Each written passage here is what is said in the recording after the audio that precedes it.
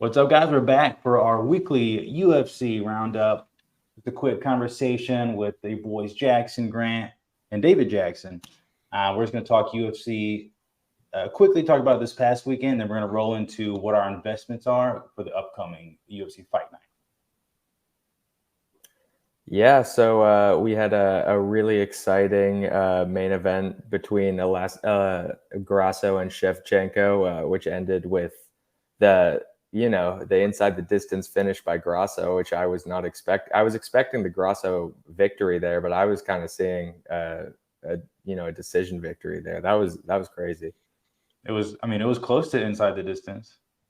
Oh yeah, you're right. It was close twice. Yeah. From both ladies, which is it was a good back and forth fight, honestly. No, it was. Yeah. Did you see what Shevchenko said afterwards? Yeah. Oh man, I was at the edge of my seat. He's like, yeah, maybe if it wasn't for all these Mexican fans, the judges wouldn't be so pressured. Yeah, it's like you're in Las Vegas, first of all. I thought Grasso could easily have made a case that she won the fight and it wasn't a draw, but having a 10-8 round in the fifth felt a little sketchy. Yeah, but there were other rounds that could have been given to her that would have made it a 3-2 fight and she would have won. But I don't know. Right. Definitely a close one. I thought Shevchenko won. I didn't think she won the last round, but because she was dominating the 3/4 of that round, I thought it was super strange that she got the 10-8 for Grasso getting 90 seconds of control time. I think Grasso wins that round and then dominated round 2 with the knockdown for sure. Like you could make more of a case that was a 10-8 round than round 5 was. Yeah, for sure. Absolutely. What do you guys think about how Holland looked in the fight against JDM? Like I thought it was a really exciting fight. He looked sharp. He looked sharp. He didn't look like angry enough to really push it over the edge for him. It was funny how he was playing. It was funny how he was playing defense by turning his back like that on JDM and kind of taking away his left side. Yeah, for sure. I mean, I wasn't super impressed with JDM though. I feel like he didn't look like he was really that much of a force in the division or anything. Like it was a very close fight, and it wasn't like he was that dominant or anything. Yeah, he played it smart though. He started unloading those combinations towards the end of the fight, last 30 seconds, got him that decisive last round, and it was kind of 50-50 up to that point. So I thought he was strategic in that. Yeah. I thought it was a good split decision. I was pulling for Kevin, obviously, but I think the split decision to Jack was the right move. Yeah, I would agree. All right. Well, you guys want to slingshot into this weekend's fights? Yeah, let's get into it. Cool. Were there any prelims that stuck out to you guys? I kind of like the looks of Argueta versus Johns. What about you, David? Argueta versus Johns. Yeah. We can go and do that one. The one I saw that looked kind of cool was Andre Fialho versus Tim Means. I didn't look into that one at all. What's going on there? So Andre Fialho, he's it's a welterweight fight. He's kind of like this shorter, Spanish guy who's just been knocking people out. And Tim Means is like the American disgruntled, UFC vet, just trying to take people out on his way out of the organization. But they're both really good fighters. It's definitely got the ingredients to be a fight of the night. I like that. Yeah, for me, the Argueta versus Jones one just looks like a pretty interesting matchup. Argueta is a pretty new UFC fighter. I think he has 3 UFC fights, and he's he applies a lot of pressure, and he's a wrestler. Whereas Johns is he's a talented striker. I think he's been in the UFC for 4 years now. And he's powerful, powerful striker, but Argueta just keeps getting better every fight, and I think if Johns doesn't get that, KO inside the distance, it's going to be Argueta by decision probably, or Argueta by submission. Yeah, I mean, they've got pretty similar if not the exact same. Oh, I think our Dan Argueta is at 87 cents. And let's see, Miles John is not pulling up for me. Yeah, 76 cents for Miles John. So if you guys were to invest in either of these guys, where do you lean? I'm leaning. I mean, I think either way you can make an argument, because with Johns you're kind of betting on the KO potential there and maybe an inside the distance finish. But I'm going to lean towards Argueta. I like him better as a fighter, and I like him at that price point too. I just think I like his progression so far throughout his career, and I like the pressure he applies when he fights. So I'm going with him. Totally. I feel that. I think it's a fresh face too. You mentioned he's undefeated so far in the UFC. I think there's potential there to string together some value. Assuming he wins this one and then keeps getting fights in the near future, I think you're looking at a lot of potential value there. Yeah, I think I lean the same way on that one. Is Usman's brother still undefeated in the UFC? Who? Muhammad Usman. Is that not his brother? Oh, I think he is undefeated in the UFC. Yeah, I think he had a long career fighting elsewhere, but kind of a weird one. He beat Junior Tafa in his last fight back in April. And let's see, who is he fighting this weekend? He's fighting Collier. Oh, okay. So Mohammed is taking that fight. I was just about to say, I always lean Mohammed when he's facing like these guys that are, again, I always say this, the lake fighters, those good old boys. This dude is definitely a lake fighter. I think him and the old pudgy guy, Parker. Yeah, Parker, Peter Porker. Those guys for sure are drinking Bud Lights on the weekend together. But yeah, I was gonna say Mohammed. I don't trust Muhammad against anyone except these kinds of fights. Anyone skilled, I don't see Muhammad Usman getting the win. No disrespect to Jake Collier. Yeah, I trust that take, David. Seems like you have a strong opinion on this one. You cool? You guys want to slide into the main card? Yeah, let's run it. Run it. So the Ramos here taking on Charles Jourdain will run with. I think that's probably right. Yep. Featherweight bout here, and whoever wants to kick this off, let's get into it. Sure, I'll go into it. I've not seen a lot of tape on Ricardo Ramos. Obviously, he's good. He's got 4 KOs, 7 submissions. So, most of his fights ending in finish. Charles Air Jourdain, loving his moniker. I have seen him fight a lot, and he's fought some tough dudes. He's been on the bad end of a couple split decisions, I believe. I think Charles Jourdain is someone I've been looking at for a minute. I know his stock price is $1.25, which is a little more than his opponent, which is $1.09. But just because my whole stick is like I invest in guys that I see a clear path to like top contendership, possible UFC championships. Charles Jourdain is one of those guys that I can easily see him getting some cool opportunities. So when I see sub $2 at a guy that can go to a championship or a top 5 possibly, those are fighters I always invest in. Yeah, I would totally agree with you on the Jourdain take. And like technically speaking, Ramos, he's big for the division. I don't know if you guys know, for it's featherweight. He missed the weigh-in by 9 pounds the last time he fought. So at 28 years old. So that's something to think about. Also, he's kind of like a capoeira style fighter, where he like throws a ton of kicks, kind of keeps range. Whereas, and like Jourdain's kind of more, a volume striker, like gets inside, throws combos.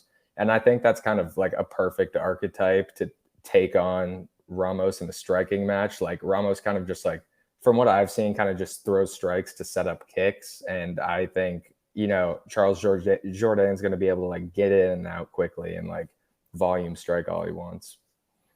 100%. He kind of looks like a Walmart Sean O'Malley in some ways.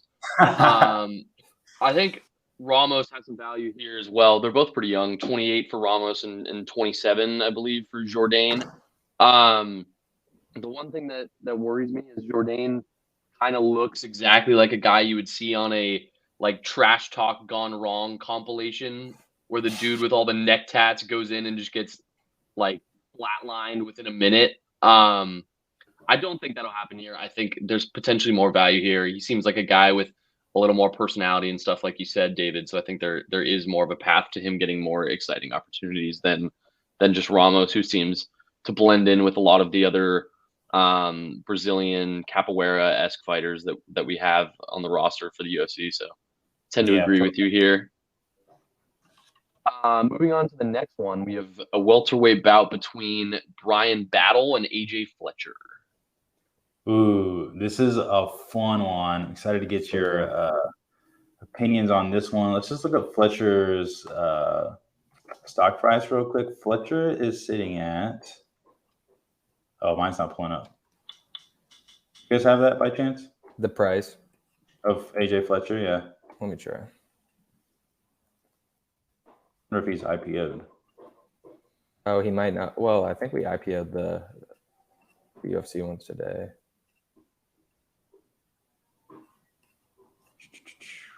Logging into mine real quick. I was looking up Brian Battle. I know he's going to be on here. So Brian Battle's at $1. Okay, sorry. You're good. AJ Fletcher's at 71 cents right now. 71 cents. Okay. This is interesting. You know, a lot of people are on Brian Battle in this one. I think I lean Brian Battle too, but with some hesitancy, and I do see some value with AJ Fletcher, just because he's a guy that Dustin Poirier has really just kind of put his name on as one of his like sparring partners. He talks super highly of him. Fletcher he looks good in his fights. He hits really hard, kind of has a similar style to Jack Della Maddalena. He reminds me of him a little bit, to be honest. He's like, you know, just a stocky white slugger. But yeah, I definitely could see a world where AJ Fletcher could get Brian out of there. So I lean Brian on this one, but there's definitely some strong value on AJ Fletcher. Definitely wouldn't write him off.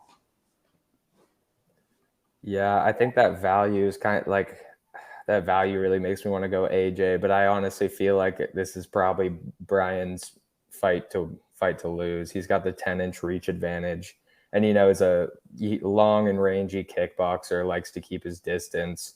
AJ Fletcher is strong and a good wrestler. You know, if it gets on the mat, it could go sideways for Brian Battle for sure. He won by submission against Lusa in his last fight, looking pretty good there. So that's something. Oh yeah, that was a really interesting fight too. Yeah, but you know, I think I got Battle in this one. He's the Ultimate Fighter champ. Like he's sick. I think he's got this one. Yeah, I think so young. Too. There's a lot of value I think to be had with either if they can string together some wins.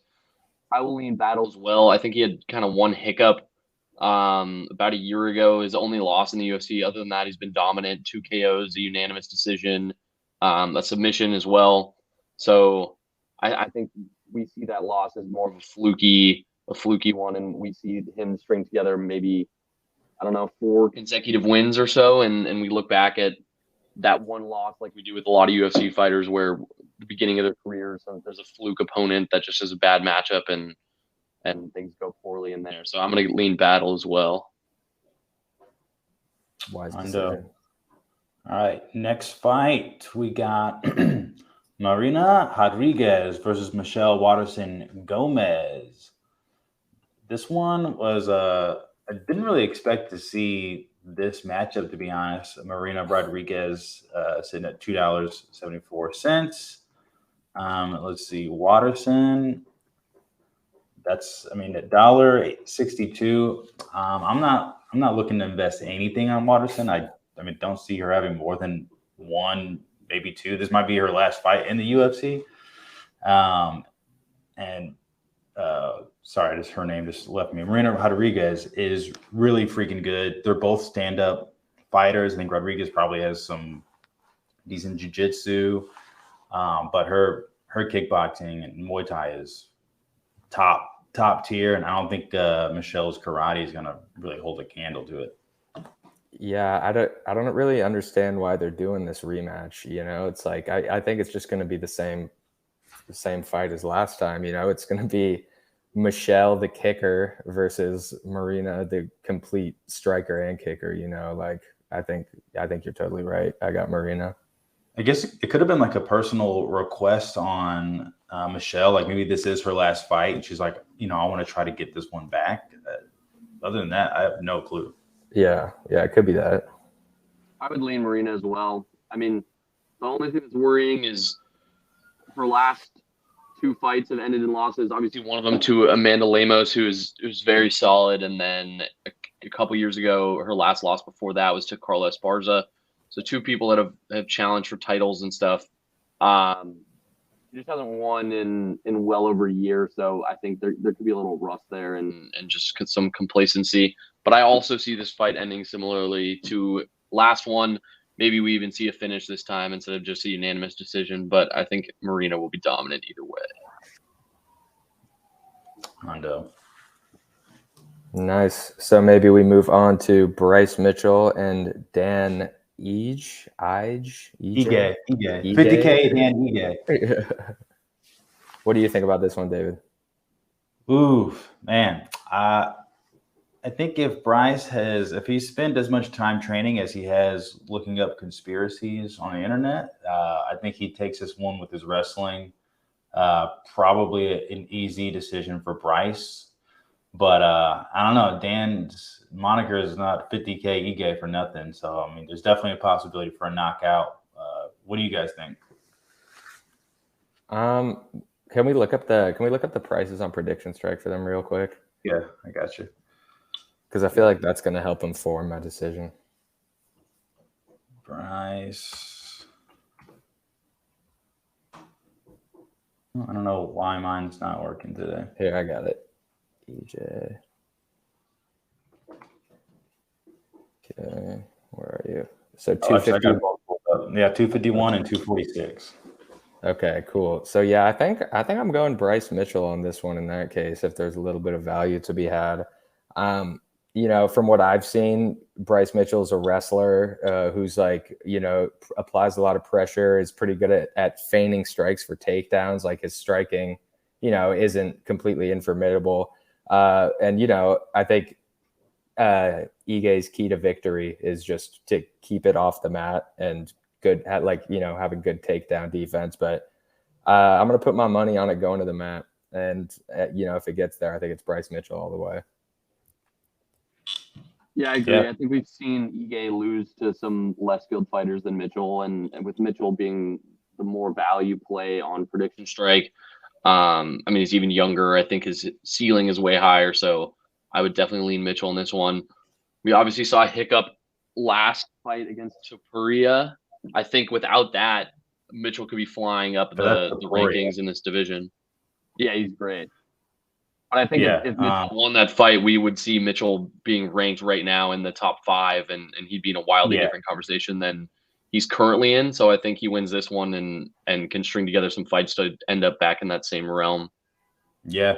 I mean, Mitchell's his stand-up's not that bad either. This is a guy who I think he TKO'd Edson Barboza. It wasn't, WrestleFest 3000, and then absolutely no shame in losing to Topuria. Yeah. So I think solid value there. I think you guys are right. Yeah. We'll see. We shall see. All right. That takes us into the last fight of the night. Rafael Fiziev versus Mateusz Gamrot. This is an exciting one.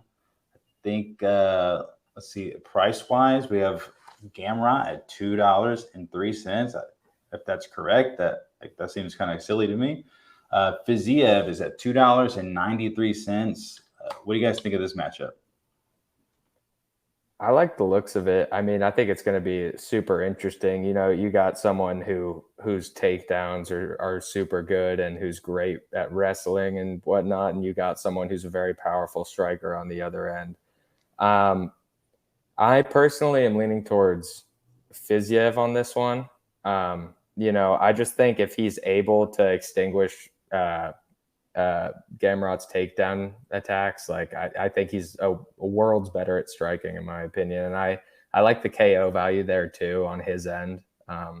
That's part of the reason why prediction strike wise, I would probably take him. And the dollar value is honestly closer together than I thought they would be. Yeah, I mean, Gamrot at $2 is interesting to me, just because not that long ago, this was like we were talking about Gamrot's wrestling skills rivaling Islam and that potential matchup and this and that. And I mean, to me, that feels like it was yesterday that those conversations were happening. So that the $2 kind of raises my eyebrows a bit, but momentum wise, and just kind of like level of competition as of lately, I think Fiziev has the edge there. So if you're holding a gun to my head, I think I lean Fiziev, but I don't know. It's a toss up. Yeah, I mean, Fiziev, if he had beaten Gagey, he probably would have like been a contender at that point. You know, like For sure. I'll just be a little different here and take Gamrot. Both of their last losses are to great fighters, Beneil Dariush and Gaethje, like you said. I don't know. I just love the wrestling potential here from Gamrot. I don't think it'll be the most exciting fight, but I think he gets it done maybe just by mat control, but it also could be via submission, but I will take him there. Cool. Nice. Do you guys want to do something that's like who's each of our favorite prediction strike fighter of the week, like of the entire card? Ooh, I like that. Let me do some price checks.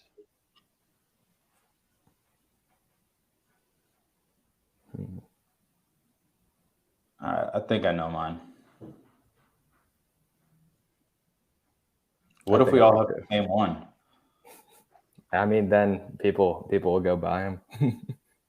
Fair. Okay, I think my buy of the week here is going to be Brian Battle. I like the relative value here, and I think it's going to be an exciting fight, and he's good at keeping his range against wrestlers. So I like a big hit here from Brian Battle, maybe a KO or a TKO, win me some bank on prediction strike this week. Okay. I thought you were going to say my fighter. My investment pick for the week, Bryce Mitchell, had that stumble against Ilia Topuria. Apparently he had a flu that day. What if I believe him? I don't know. What if I believe him? But I think his value is great. $2.46. I definitely see this guy fighting top 5 soon. So that's who I'm buying. Mine was also Bryce Mitchell. I just think, he's undervalued on prediction strike compared to consensus here. I think Dan Ige, his price is 5 cents higher per share, even though Bryce Mitchell seems to be the favorite in this one. I just think his path is clear to contention, and he's still young enough that he can have some up and downs and still end up contending there eventually. So I will entirely lean with you there. All right, guys, well, make sure to download Prediction Strike, the stock market for sports, the alternative to betting. So instead of the all or nothing bets, you get to invest in your favorite athletes and watch your portfolio grow. Go download Prediction Strike.